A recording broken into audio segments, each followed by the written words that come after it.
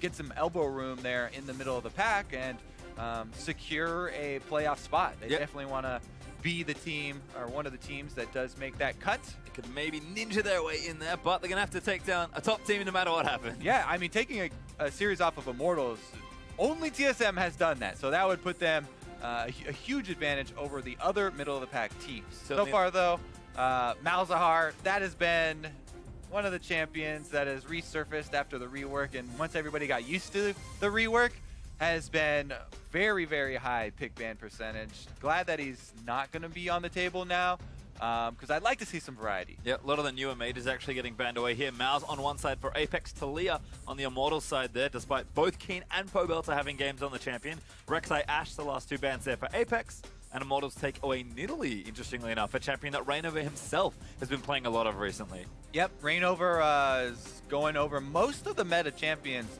for a jungle now, has those covered. But I really do like that first ban from Immortals, because we talked about how good Keen has been looking very recently. And last night, he was doing a lot of work on Talia. Even though they didn't win one of those games, he made a lot of picks. It definitely looks like a Keen champion. He's able to use the utility very well, able to roam very well, and pick up some key snipes. Well, there's a Sivir ban actually from Immortals, so take that one away from Apollo. Kind of curious bans here, but we'll see what Ray wants to pick up first for the team. Elise is open, and then we'll take it with two junglers banned. Yeah, so that, to me, Gragas jumps out, of course, as the next one. Reignover, though, anytime you see him, there's the question of the Olaf coming back up, resurfacing every once in a while, and they could do a Karma composition where they pick up Karma, use her speed to try and get Olaf into the back line. Sivir, as you said, is banned, but Karma definitely highly prized and wouldn't be surprised if it did go for an early round pick for Adrian. This is 6-14 now, though, and Sona also, he was able to show some time on that. Adrian flexing his champion pool a little bit. Immortals, they talked about how they don't want to fall into the same traps that they did last season.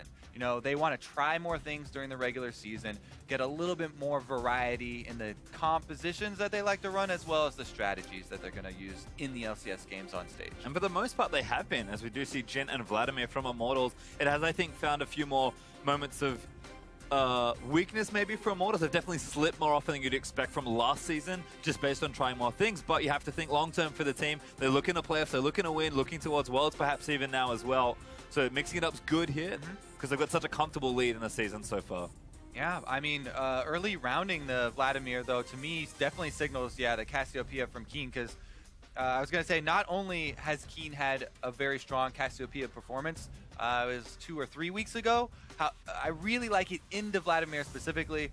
As people who have been watching the CLG game right now just saw Phoenix completely go off with the Cassiopeia. It's just that Cassiopeia, she has sustain. It's not quite as much as Vladimir's, but it's enough. Plus, she has way more kill pressure than Vladimir does in lane. So if Keen and Apex can actually turn their focus from the top lane and actually play around Keen, I think this would be definitely one of the big opportunities for them to actually try and have some more flexibility in their play style and use a Cassiopeia as one of those late game machine gun mages to try and find victory that way. Yep, Caitlyn's actually going to join in for the Apex side, but bottom lane and jungle locked in for Immortals. Sona Jin will be the 2v2 lane there for Immortals, and Reignover with the Gragas open just does go straight to the strong jungler. Yep, there it is. The Gragas comes up. Huge playmaker, and the availability of Gragas' plays is definitely something that can keep Cassiopeia in check. Because it's a champion that can play super aggressive in the mid lane, but Gragas is a jungle champion that punishes aggressive moves very heavily. So you have to have vision. We'll probably see increased focus on getting vision for Team Apex around the mid lane. Yeah, got to make sure carries are protected, as we'll see how Apex want to finish this draft. Ray will need a blind pick top laner here most likely, and Xpecial actually takes Soraka into a lane. Very rarely do we see him play range supports, let alone the likes of Soraka, but now there for Ray seems relatively safe 1v1 without seeing what Huni wants to play. Sustain wars here for Apex versus Immortals. Sona versus Soraka. Sweet. It's come a ways. But it is also because not sweet. We're seeing initiation picked up from other areas. On the side of Apex, they've got the Gnar and the possibility of cocoons, I guess. Gnar's not 100% reliable, though, so maybe Apex will be punished for not getting a more reliable engage, but that will be up to Ray. He has been very good on the champion. He was very good last night. He almost single-handedly won them the game where he was playing Gnar, and that was definitely his best tank performance. On the side of Immortals, looks like it might actually all be in Reignover's hands, which is not terribly new for Immortals, as they mostly draft their engage from Reignover. But that is going to be the Rumble locked in for Huni once again in the top lane. This has been his preferred counter pick to Gnar. He's done it already a couple times in this season, and he does like to go with the early Proto Belt. Very, very high damage potential for early Dragon fights. So we'll see if Immortals, try and control the early Drakes. I also really do like Jhin as far as early Drake control. Kind of goes unnoticed. People don't really talk about it as much, but the early flat armor penetration build for Jhin is so scary because once he gets level 6, he's got some of the flat armor penetration coming in, and those ultimate shots really, really do a lot of work around the Dragon pits, and you can catch people out as well. So looks like Immortals going to have some early focus, I think, on the bottom side of the map. Well, Coach is going to shake hands. A lot of push and pull in that draft, but I feel like both teams have A, got what they wanted, and B, actually drafted relatively similar comps. So, as always, it'll come down to execution. But let us know your predictions for this series by tweeting the hashtag APX win or the hashtag IMT win. Are Apex going to finally topple a giant and be the only other team not named TSM to beat Immortals? Or will Immortals continue just steamrolling through the summer season as they pretty much have been all year long, it feels like? No matter what happens, I think this game's going to be pretty exciting. Both these teams love to get aggressive in the early game. Yeah, it is a daunting task for Apex, but they are in a good position. If they can get another victory, it would feel very nice to get a little bit of buffer there around the cutoff for playoffs. And they definitely have a lot of late game damage. See if Soraka Sustain and the control of Elise early can get them there. Well, we did mention that the early game is expected to be intense. As a result, I'm actually going to calm things down and just pause. We're just building more tension here, Pastry. I like it. You're curious to see kind of how this thing works out early on. But of note, I guess we can talk about a couple of things we see already. Can see summoner spells so far. Actually, double ghost is kind of curious here. Both opting for the teamfight summoners in the mid lane rather than something like a teleport or a defensive combat summoner. Yeah, mobility is really important for both of these mages in the mid lane. And these are definitely my preferred summoners for both of them, actually. The extra mobility summoner in Ghost just helps Vladimir get to that back line and be that enormous teamfight presence that he wants to be so much more than any of the other summoners. And Cassiopeia, the big advantage that she can get in mid lane are a lot of chase down kills. And as well, Cassiopeia is one of those champions that you put up there actually on the same tier as Rumble, where as a jungler, if you're ganking her, you do have to be kind of careful and you have to get some extra vision or know where the other jungler has been seen recently or something, because Cassiopeia is one of the great champions at turning around ganks into double kills for her. If she is able to dodge and then tag you with the poison so she gets extra speed boost and able to chain off a whole bunch of fangs. So both teams actually are going to have to worry about that as far as the ganks that they do go for. Yeah, and we know Shrimp kind of does admire Reignover in a lot of ways as a player. You kind of mentioned it already. Doesn't everybody? But of course, I would. Certainly a very strong jungler. But I mean, Reignover, he's known for counter gank pressure. Rexo was taken away, I believe, banned in this particular series. But you said it already. Gragas is great to reacting to plays. Reignover, whenever he's in the right spot, could turn things around very quickly. So Shrimp's going to have to be keeping tabs on him the whole time. And counter ganking is one of the most impressive skills that a jungler can have, because it's only part science. It's also kind of part art, really. There's a lot of psychology in trying to read your opponent, judge your opponent, use typical human behaviors, and try and make just your best judgments as far as the predicting where your enemies are going to go. Plus, there is a lot of the science of trying to gain extra information, eliminate areas where they aren't, and you can kind of narrow down the possibilities that your opponent has open to them. And then if especially if you get a good handle on the player psychology, as we're over Huni there, and he's one of the players that is most often categorized as extremely aggressive in the top side and liking to go for a lot of early fights. As you see, everybody actually trading a lot of blows until minions spawn, but it looks like we are going to get those standard lanes. Very happy with that. Yep. And that definitely does set up a lot more potential for those counter ganks and for those junglers to have some early playmaking potential. I too love when junglers get to do what they want rather than just farm through vertical sides of the jungle. So curious to see where Shrimp and Ray never go. They'll actually start on the same side of the map here for this first bit. Ray and Shrimp, sorry, on the Apex side will start this Gromp, and a bit of action from Huni and Rainover on the Krug side. So we'll see if maybe bottom lane, maybe mid lane, some early attention, but definitely need to watch these lanes in everywhere, because kills could happen just like that. Definitely could. Except for maybe the bottom lane. That sustain wars that we were talking about. We'll see them get started here as they both get into range of experience. Apollo, I think he got all three of those quite nicely with the Caitlyn. Yeah, everybody good CS now. But yeah, returning to the junglers. One of the other things, as we talk about possibilities for both of these very potent early game ganking junglers, both Elise and Gragas, level 3 is huge for them. Gragas can actually even go for level 2 ganks. I really like the MLXG special over in the LPL. He even can do, or sometimes does this red buff start on Gragas. It's straight level 2 right after red buff, goes mid lane with a flash belly slam gank.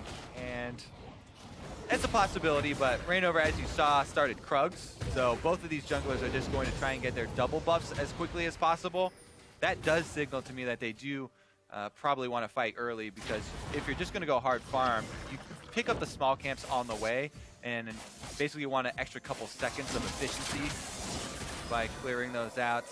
Wow, Adrian leaving to ward actually costs a while to lose heal there, so unfortunately not there. Apollo and X Special able to get some good harass down. Shrimp was looking for maybe a dive, but they do pull out of the play. And key component here is that Adrian did get vision of Shrimp. So for a guy like Rainover, that's huge, because Rainover didn't have to give up his position. We talk about tracking the enemy jungler. You track him from the moment your support last saw him. You can gauge about 20 seconds back over into his own side of the quadrant.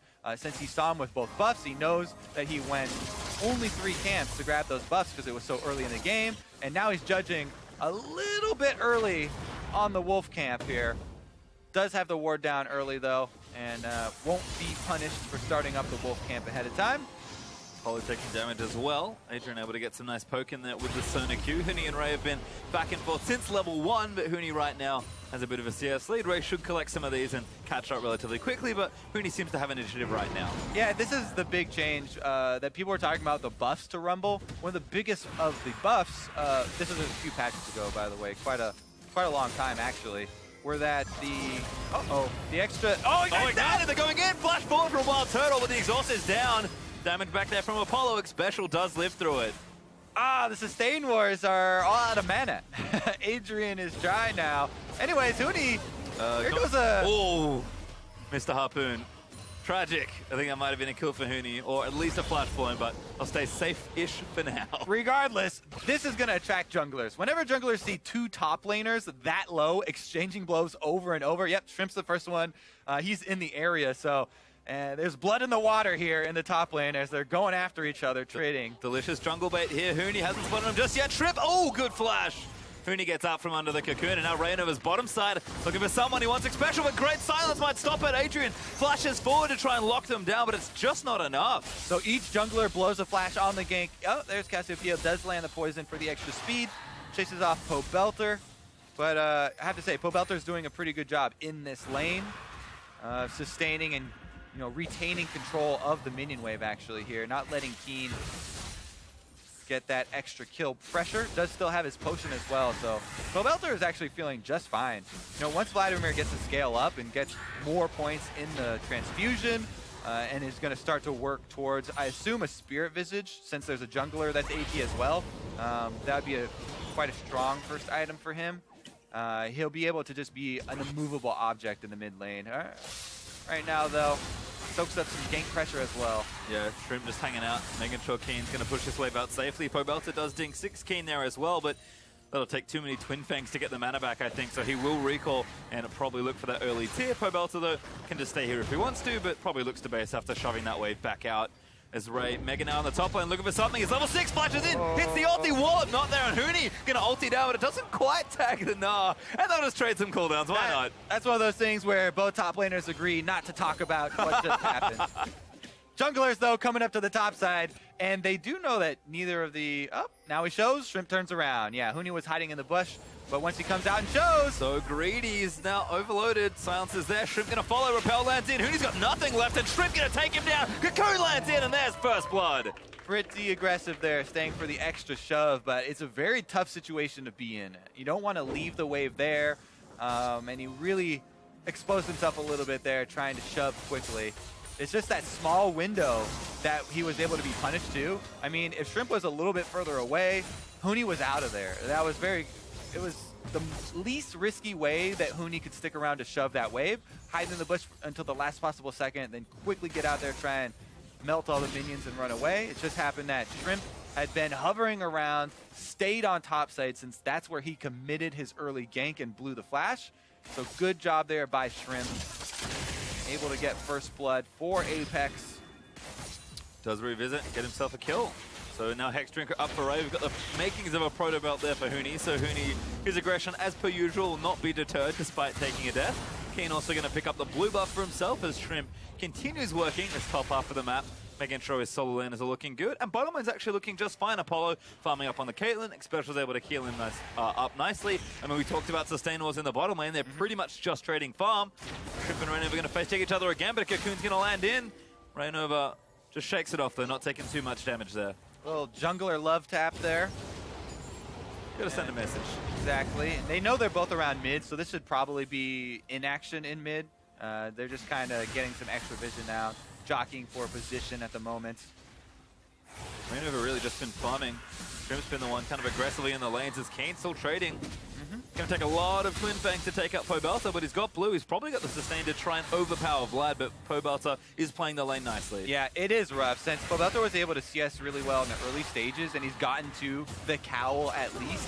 You get so much health regen from a champion like Cassiopeia that's going to poke you every time she snags you with one of those spells. You know, you start that extra regen ticking. Early magic resist is great, and that builds right into that spirit visage we talked about.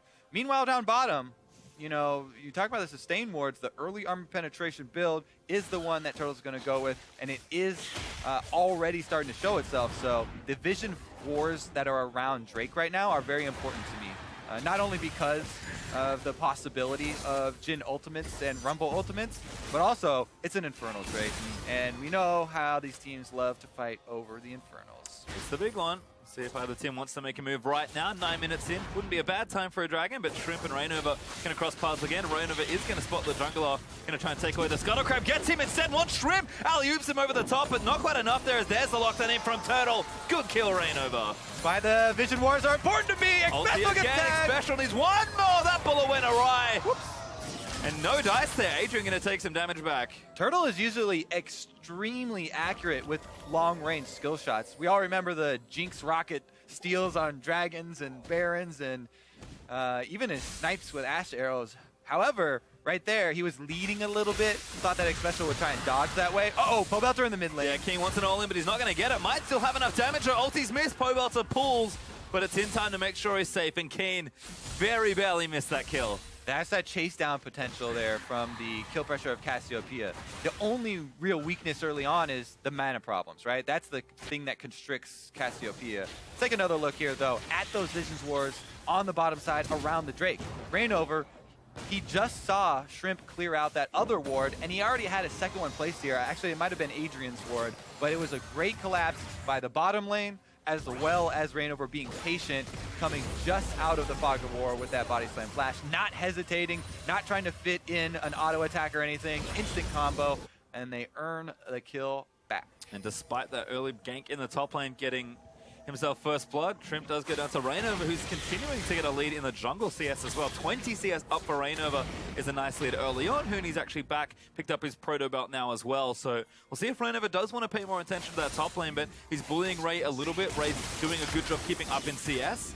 But if there is any attention at all, either 2v1 or 2v2, things could get a little crazy as Turtle does take some damage there from Apollo, but going to be healed right back up by Adrian. Yeah, I actually don't like the use of Caitlyn ultimate in lane to harass when you're versus a Sona. Here we go, though. Huni Another phase check. Huni taking damage, but he's got Proto Belt too, so he's fine. Not enough there from Shrimp despite the Runic Echoes, but a good bit of chunk hit out onto Huni. He'll have to play back for a little while because Rainova's busy bottom lane once again. Yeah, split focus here from the junglers. Each of them have declared a different side of the map to concentrate on, and it looks like they're going to try and shove Apollo off of the turret, but he's not going anywhere. Turtle just went in, but there's the dive looking for Immortals. They want it. Ulti in. Apollo gets locked up forever. Soraka ulti might save him, but he's not enough as Turtle able to take him down. Rainova will die, and Ray blocks the first shot. Narsen back into it, and Turtle going to get caught in under the turret, but he doesn't take damage. Now Keen going to flash his way in, looks for Huni. Twin fakes him down. Pobelta finally makes his way down, but what a bloodbath. 2 for 3 in favor of Immortals. Yeah, and Shrimp is trailing a little bit, but I think he's too late to the party. Gonna have to help clean up as Keen made the first roam down there, used Flash and Ghost to get there in time, and was able to get off the ultimate to slow down and snag the extra couple kills there. Very good collapse for them, and what a start for Apex here. Off to a lead versus Immortals. They make the call super early on. Look at the mid lane as well. Keen right now is further away, and Immortals are the ones diving. But Keen starts moving around from the mid lane, channeling here. Soraka keeps Apollo alive a lot longer than Immortals thought. And Ray's teleport does come in first as well, charging right at Wild Turtle, getting to the sniper and throwing him back. There it is. Keen got the slow on Turtle, as well as Huni, and they're able to finish him off just before Pobelta arrives, which is pretty key, even though Shrimp was tailing the fight, and they could clean up any extra aggression as well. Mortals, though, they hate losing out in any sort of way. And if they give even one extra kill over, they'll make you pay for some way, right? They're back out on the map quicker. They return to the objective. And even though they lose out one extra kill, they'll pay for that and grab the Infernal Drake, as well as one extra minion wave for Ray. That will be the Tax. Yep. Actually, Tax is stacking up. Red buff as well. Shrimp actually steals that one away. Huni wandering through. Just going to clear that buff around, collect a little bit of gold for himself. Ray is trying to knock down the top lane outer turret, but too much work required. Now 2v2 maybe brewing. Slow there for Huni with the harpoon. Another one lands in onto Shrimp. They do not want to fight here. They really just want to zone them off of this minion wave right now. Ray and Shrimp trying to keep Huni away from farm, and it is working. You can see, especially because of the bottom lane focus, going for that Drake. Huni is a little bit behind in CS, which had started a little bit in lane as well. Apollo trading with Adrian, but not really winning. Ulti down, Toto gonna lock it up. Apollo's still taking damage, and that's a kill for Adrian. Now the ulti gonna open up onto X-Special. Pobelta here as well. Though Bull lands in, X-Special gonna get his base crate off. There's Toto with the snipe. There he is. That's the Turtle we all know and love. Lands them all. Snag. If you hit the first one, you get that slow. Don't have to lead so much, especially on the Soraka. Here goes Rainover. Donks Keen there, and Huni's back in. Good ult from Keen. Does it around Shrimp. Able to take out Huni. Now Rainover grounded in the miasma's going to have to keep running, but Keen, he wants more. Pobelta going to try and turn it. Shrimp needs to CC him up. Pobelta very tanky. Pops the Hemoblade down and onto Keen, but Keen's still living. Ray as well. And Pobelta has to bail. Cocoon's going to go wide, but the damage is there. Adrian now in to save the day, but Pobelta's still bleeding. Ray wants it. Not going to get it. Give me some room. Keep going, baby. I don't know. Keep going. Ray wants to go in. He doesn't have flash. Goal, Ray! He goes in, gets the stun, slaps him down. Nice 1v2, and Adrian's locked up as well. Cocoon's going to land in. Keen's going to follow in. There's another kill as now Rainover joins in. Oh my god, he died as well. Keep going, Bestie, all you. All right, they're going to finish up the objective afterwards. That's why you let it breathe a little. Apex not done. Ray goes right in for it, and they clean up Apex here. Whew, very exciting start to this game. 15 minutes in. The gold still is very close, though. Remember that. All right, so here's where it all started. It seems like a long time ago, but this was the very strong play by Turtle and Adrian in the 2 versus 2. Just played that combo so well. Nothing that Caitlyn can do in the early game. Caitlyn's trying to scale up here, and Jin, as you said, what happened. There we go. All right, so Rainover starts it off. Here's a great counter gank. Keen turns around. This is one of those stories that we talked about where Cassiopeia is going to turn around ganks. Shrimp was right there. Great flash by Shrimp to get that cocoon. But then people just keep joining the fight. We have challenger after challenger after challenger. Ha! Ray tags in. It's like a wrestling match or something. And now they think, oh, Adrian's here. I guess we'll back off a little bit. It is Vladimir. I guess he could fool or something. So we're not going to dive quite yet. Move up the minions. But then that stair throw from Lei landing gets Pobelter super low. He gets the combo, stuns him into the wall. And here's the extra kill on Adrian, who just got a little bit greedy there, looking at the low health on Ray. Ray does pay the price, bye-bye. though. Finally goes down. But he gets a triple kill for his dive in the process as the nut was still going. Ray not going to get snared up there by Wild Turtle. He'll live this time around. But he's 5-1-2 now with the Black Cleaver finished. Oh, yeah. That is a scary Gnar at this stage. Up, down bottom, looking for... That looks like a misfire. Apollo, though, still taking damage. Teleport back in from Apex, and Huni now forced to run away. Ray going to jump in, pops over Apollo. That's going to force a flash out. And Huni, oh, he's not done. Ray flashes after him over the wall. The slow lands in. He's going to take him down. The ulti going to finish it off. Ray saves the day once again. Teleports in on the Gnar, able to take down Huni, who had used his ultimate to try and check if Apollo was in the first brush. Too bad. What's behind door number 2? Teleport comes in, and unlucky there for Huni and Immortals. Apex are looking very strong today. Starting to get a little further ahead in gold as well. So we're actually trading turrets here. Ray and Apollo continuing to push bottom lane. Shrimp's not going to join them, but Immortals actually ahead on this race. And Huni does have TP if he has to join in somewhere, so we might commit to this. Tier 2s are going to start falling. Yeah, I mean, extra cash in the bank here for the team that has Cassiopeia and Caitlyn looking to scale the back line. Feels pretty good. It's not like there's a huge late game advantage, but Caitlyn definitely wants to get some more multipliers in her build. Right now, Jhin has a lot of pressure on the map. But here it goes. They call the teleport pretty early. That's why Apollo walks out of the brush. Headshot right to the face for Huni, and Ray's in there. He's like, I got flash too. I can hit my boomerang for the extra slow. And Apollo, scumbag. Nah, it's actually good to give it over to your AD carry. Ray wanted it too. That last order was in the air. Yeah, I mean, the sniper bullet landed. We're just talking about, you want to get Caitlyn up to her crit multiplying build, and Infinity Edge is in the works for Apollo. Runon's already done for those quickly stacking headshots. Well, Apex looking good. 1,000 gold ahead, even in turrets, and up in kills is a good start, but not a huge lead versus a team like Immortals who have done a good job trading objectives back and forth. They do have mid lane open though, so Apex have access to the center of the map pretty much whenever they want. And with the Cloud Drake up now in 8 seconds, could have yet another fight brewing. It's been an action-packed game so far. Definitely possible. Right now, Apex have a good amount of vision around the Drake as well. Plus, they're the team with Caitlyn. Love it when mid-game Caitlyn can try and stack up a bunch of traps around the objective they want to go for. Looks like they don't even need to take the time though, because Apex, their team fight is looking so good at the moment. And Huni is top. They don't want to use his teleport, so Cloud Drake will go over to Apex. And Ray wants to start another fight. Gonna force 3 members of Immortals away. Adrian actually burnt Flash. 1v3. Both Keen and Ray looking very strong. Definitely true. Both teams working towards, well, Reignover's still working on his locket. Shrimp rushed the locket on Elise, which is very important since they're facing the not only double solo lane AP, but also solo lane or also jungler AP. So both teams really do need the magic resistance aura, and Apex with the extra money on the jungler are able to get to it first. So Keen also going Abyssal after the Arcane and that early Morello Noacon, so plenty of good resistances here. As Ray is going to clear out this top wave here. King going to waddle down. Bottom lane does see Pobelter. Not going to see him, but going to just push the wave out that Pobelter was kind of shoving back towards that tier 2. Definitely getting scary here as Apex's backline starts to get more and more threatening.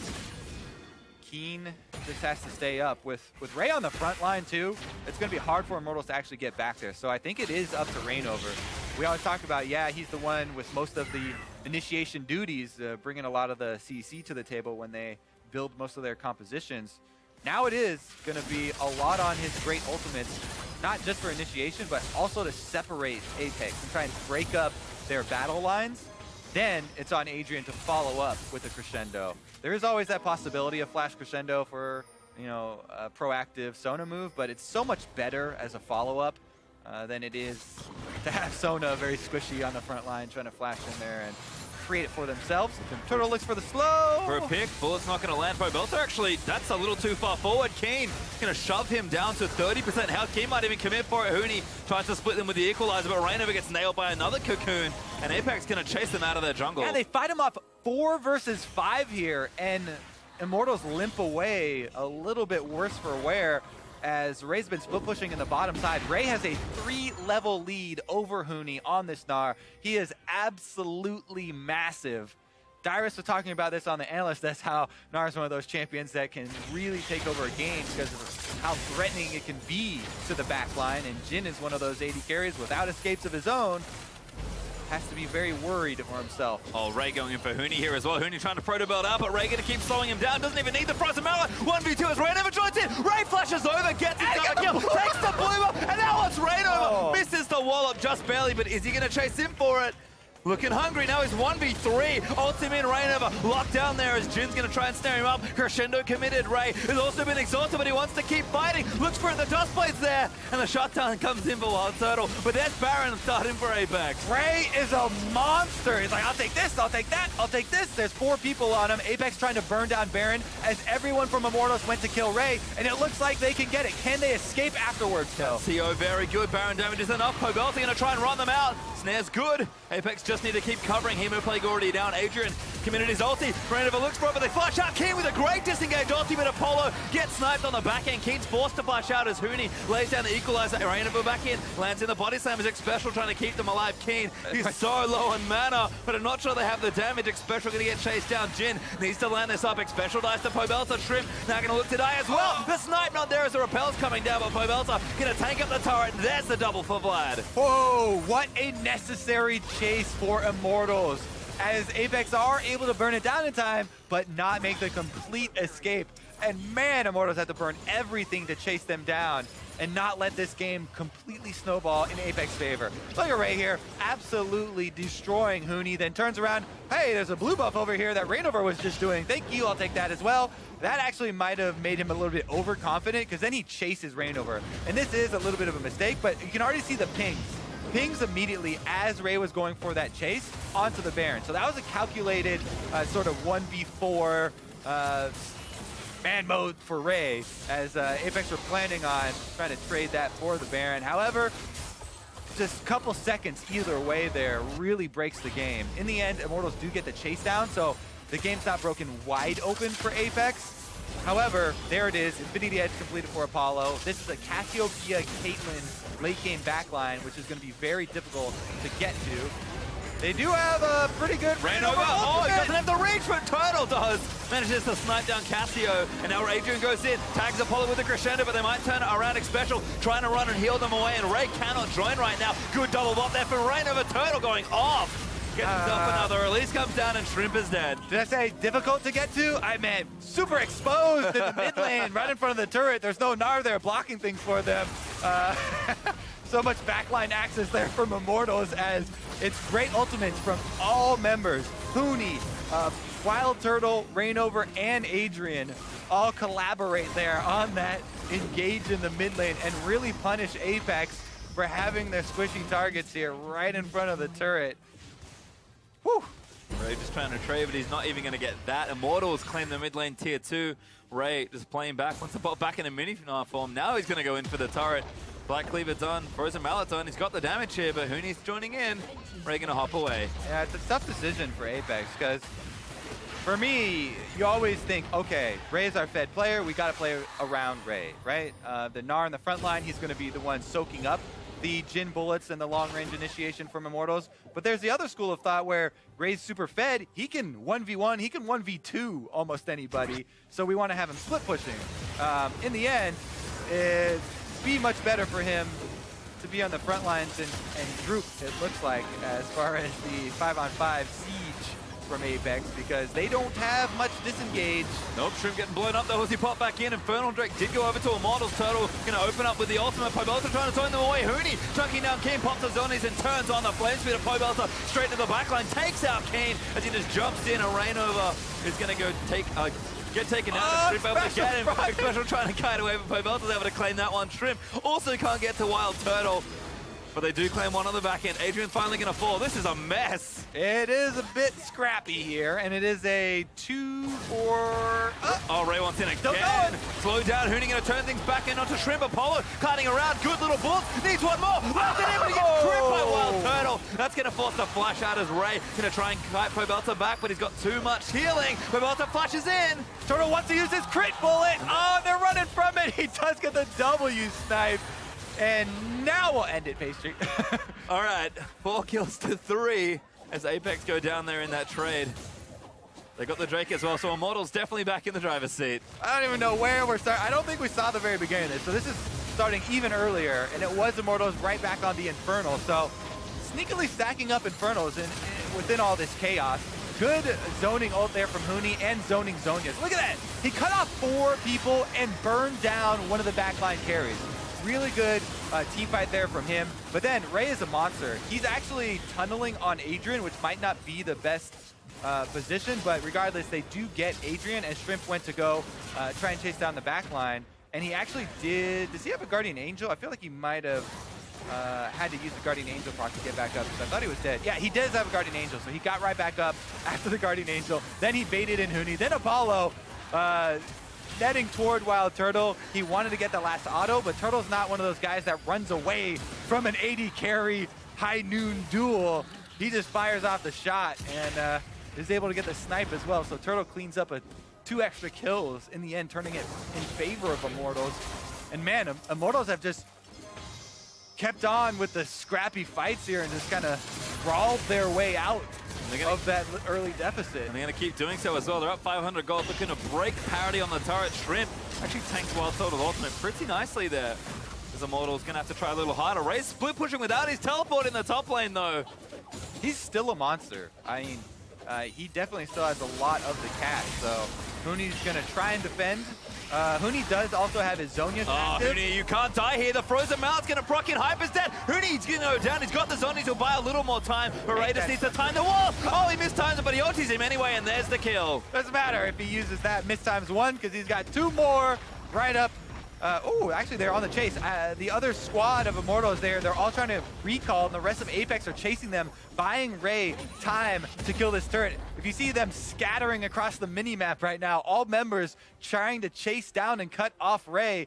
I don't know if Rainover can get there in time, or if he even wants to. Ray actually pulls away because Wild Turtle was going to snipe him away in that brush, but Rainover's going to check it. They can't see him, and Racine is going to get away. Ray. Able to take down an inhibitor turret, relieve pressure of the siege down bottom. And man, do we have an intense first game to this series here, Pastry. Still so close. Apex are now up 500 gold after Ray took that turret. So they're just going back and forth here. Successful defense on the tier 2 in bottom lane. Also bought Apex enough time to let Ray really open up the map. And he went 3 damage items and now has his Randuin's components. So he was scary before, just out-dueling people, but maybe was a little too squishy. Now he's actually getting tanky as well. Which is really key, because the best thing to have versus an enemy Jhin, especially a 9-1 Jhin, is that you need a tanky, big body on the front line to soak the ultimate bullets. Any squishy that gets tagged by Wild Turtle bullets is going to start to go down very, very quickly. Wild Turtle is a huge carry, a huge threat right now for Immortals. And somebody's going to have to soak, you know, the first couple of those bullets. Ooh, and Ray's going to be the one to do it. Ray's actually still split pushing. He's not with the team. He does have teleport though. Yeah, this could be maybe a race here. Apex can't see them. Keen wants to find the perfect ultimate. Shrimp maybe looking for a steal instead. They're moving in for it, but Rainover secures it. And now they're going to move in. Keen has to flash out of the way. Pops the Sarah shield as Pobelta's just chasing him out of the way. Ray going to keep him on the base, but Keen gets caught up by Rainover and taken down. Apollo's already dead as well. Apex is trying to buy time, but especially to Crescendo. He's stunned up. This is crazy. That's the problem here, because it looked like Apex actually made the choice not to go for the steal and just try and contest Immortals to make sure that they don't recall and stop the split push. But we observed this before. The Apex 4-man squad that split away from their massive carry, their tank, and their split pusher, Ray, they can't escape anything. They don't have disengage. while yes, Cassiopeia and Caitlyn are great late game damage sources, they don't have extra mobility, and Soraka's not a support that provides that. Shrimp on Elise is not a jungler that provides disengage or provides extra support to the backline, so that 4-man squad that's sent there to annoy the Baron people and stop their recalls ends up just being fodder. More kills over to Immortals, they'll happily take the Baron and those kills. I mean, this is what it started, but Immortals managed to take this, and APX just can't really get in here. King just gets destroyed, actually. Yeah, what is this back squad of 4 low mobility champions gonna do? Rumble ultimate gets in there to slow him down, and then everybody from Immortals just flashes in on him. And Apex can try and scramble, but they don't really have the tools necessary to disengage that. That all being said, Ray still got some work done. He killed another inhibitor turret. Yep. The inhibitors are exposed. Problem is, you keep giving over extra money and extra neutral buffs like this to Immortals, you're not going to be able to go take the rewards for taking down those inhibitor turrets. The inhibitors are exposed, but Immortals are strong enough now. 3 Infernal Drakes and the extra gold from these team fights that they're not going to let you revisit those inhibitors. And with Baron buff, it looks like this tier 2 tower is not long for this world. Apex going to do their best job wave clearing out of the way, but they can just be patient here. Yeah. I mean, Huni's even top lane. Ray doesn't have TP, so he pretty much has to stick with the team. He is with the team right now. He's got a built-up Gnar bar, so he's in a great position. I mean, he's got flash as well. This time, it's up to Immortals for their 4-man squad to disengage and buy time for Huni to move up, because Immortals actually have Gragas. They actually have some disengage tools. And it's going to be on Reignover to make sure that Ray doesn't get one of those great Gnar ultimates and snag the backline there. Okay, that's not good news. Shrimp's going to try and tank these bullets, but Ray actually looking for an engage. I think he slows down. Reignover's about to turn Mega. What can he find? He needs a big ultimate here. Pobelta may be caught. Miasma going to lock him down for a bit, but Reignover pops him in. Reignover flashes in, gets the wall on the 2, and now King going to flash forward for it. They need to get to the backline, but Adrian's going to turn the crescendo around, and Apex just don't have enough. Pobelta's unstoppable as he rips through the backline. Huni going to play cleanup, and Apex 3 down already. Shrimp going to get chased under the turret. Immortal's going to look to secure one. Shrimp GA does get popped. Ray's out of there. But I don't think Shrimp's so lucky. 4 kills for Immortals. Oh, Immortals see it coming a mile away. They know that Ray is itching to get in there. They kite back. They buy time for Huni to teleport in, and they turn it right back around on him. That's going to do it. Immortals will break the Nexus turrets down and claim the Nexus in game number 1. It was a slog. We kind of expected it to be a back and forth, but Apex could not quite hold on to that lead, and Immortals do exactly what Immortals do best. Play silly and make it look good. Yeah, Apex definitely had some high points in that game. So, you know, the takeaways, they did not get blasted from beginning to end.